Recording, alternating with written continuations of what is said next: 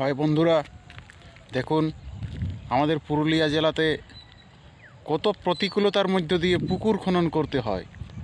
এখানে রয়েছে একটা খুব বড় মাপের পুকুর, কিন্তু দেখুন কত পাথর কাটার ফলে তৈরি করতে হয়েছে। এই যে যেটা দেখতে পাচ্ছেন, এগুলো পুরোটাই পাথর। আর যতটুকু দেখতে পাচ্ছেন যে জায়গাতে জল রয়েছে, পুরো পাথর খনন করেই ওই যে পাথর সাজানো, উপর দিকে পুরো এলাকায় জুড়ে পাথর।